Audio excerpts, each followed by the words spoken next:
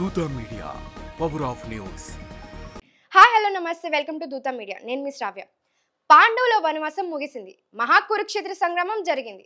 ఆనాడు పాండవులకు అండగా శ్రీకృష్ణుడు ఉన్నాడు. కానీ ఈనాడు కృష్ణుడే ధర్మరాజే జట్టును నడిపాడు.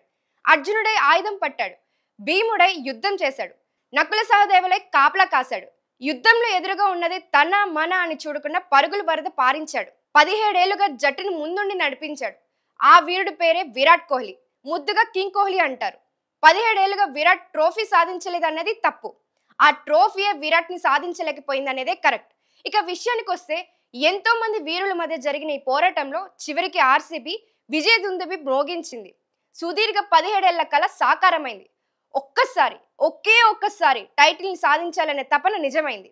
అడుగడుగున అవమానాలు, ఎంతో మంది హిట్లనున్న జట్టు ఎంత పటిష్టంగా ఉన్నా కానీ కల కలగానే మిగిలిపోయింది ఇన్నాళ్ళు. కానీ ఇప్పుడు అలా కాదు. Esala cup నమ్డు. Yes, Esala cup నమ్డే నుండి ఈసాల కప్ నమ్డు అనడానికి 18 ఏళ్ళు పట్టింది. ఏదైతేనే మొత్తానికి 2025 న్యూ ఛాంపియన్ గా ఆర్సీబీ నిలిచింది.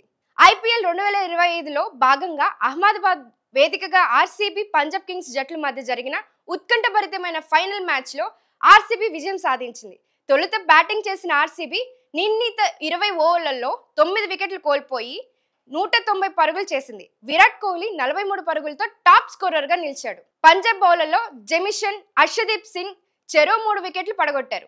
అజ్మతుల్లా, యుజ్వేందర్ చాహల్, విజయ్ కుమార్ తలో వికెట్ తీశారు. ఐపీఎల్ చరిత్రలోనే తొలిసారిగా కప్పు కొట్టింది ఆర్సీబీ.